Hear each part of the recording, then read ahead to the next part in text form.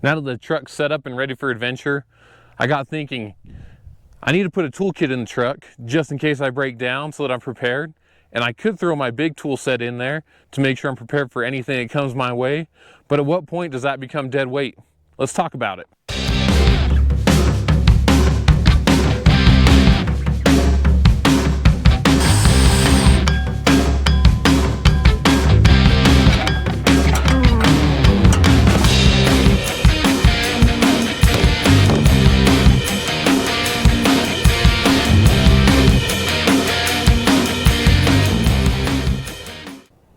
In my job at Snap-on, I've put together hundreds of toolkits for different applications, and with my automotive background, I've used several as well. What I found makes a good kit isn't necessarily the number of tools or the brand of tools, but having a strategy for how they're going to work together to get the job done. Most of you already have tire tools in your vehicle to take a tire off and change out a spare if you needed to. So today we're focusing on the tools for everything else. Stick around to the end and I'll show you exactly what I'm putting in each one of my vehicles. And if you like this type of content for vehicle gear, consider subscribing because I'm going to be doing a lot more of it.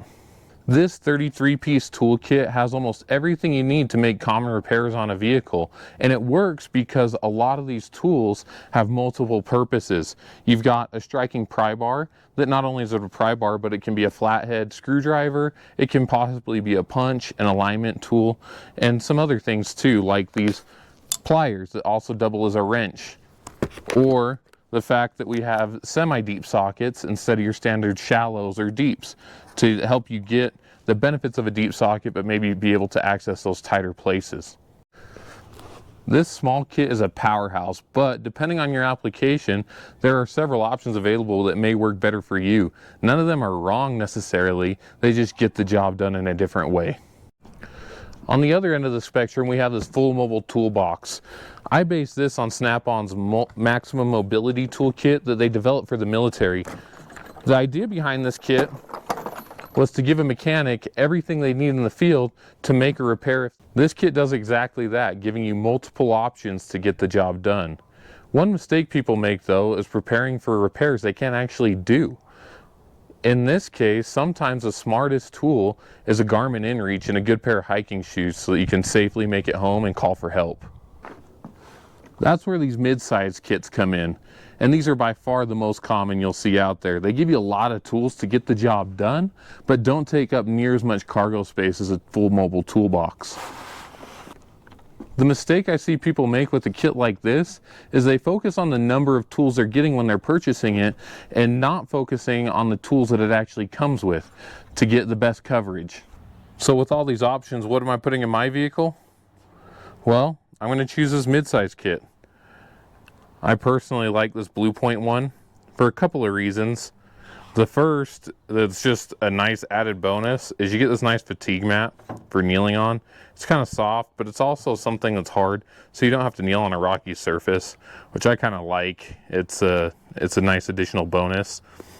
The thing I really like about this kit is it's very complete with sockets. And I find that sometimes working with other kits, that's the biggest thing I'm lacking. So you can see we've got spark plug sockets up here. I've got torque sockets. Not only that, but some of these are actually the tamper-proof Torx in applications where they're common. I've got a good selection of Torx bits, drivers. I've even got a small breaker bar. And then the combination of shallow and deep metric and standard sockets is very nice. The other added bonus, and for you Toyota owners, this might be very important. I don't have as many of these on my Ford, but every now and again I run into them on my buddy's vehicles. These are an e-Torx. And this is one of the few kits I've seen that has it. There's not very many of these mid-sized kits out there that have e-Torx. So if you're building your own, I think if you own a Toyota, you should definitely consider that. Now, there are some gaps that I don't like, and I have the space in my F-150, so I'm also going to add this little tool bag that you saw a minute ago. I'm going to put an additional set of wrenches in there for metric only, and then for any standard stuff, I'm going to add this adjustable wrench. This one's from Bronco, which is a Snap-on owned company, but kind of the cool thing about this one is you can flip the jaw around, and this side of the jaw is great for pipe. So if there is anything around that I need to grab onto, this is a good option to have, especially where I don't have a channel lock. I just think they're too big and bulky for how much I use them.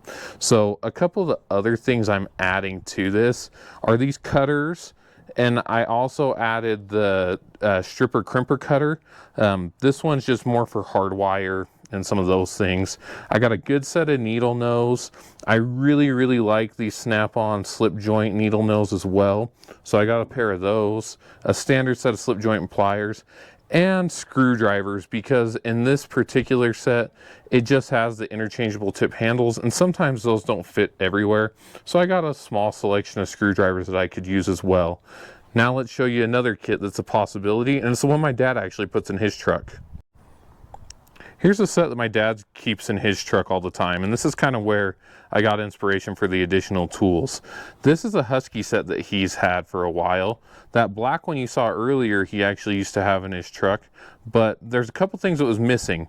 So one of the things that they added years down the line were these Torx bit sockets, and these are super nice.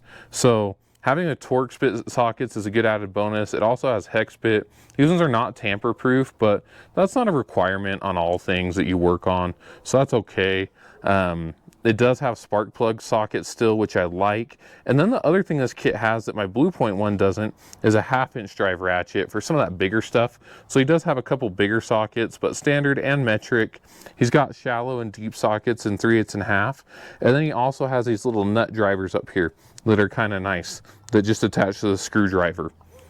So I think this is a good selection of tools. And then what he added onto it was this little case right here.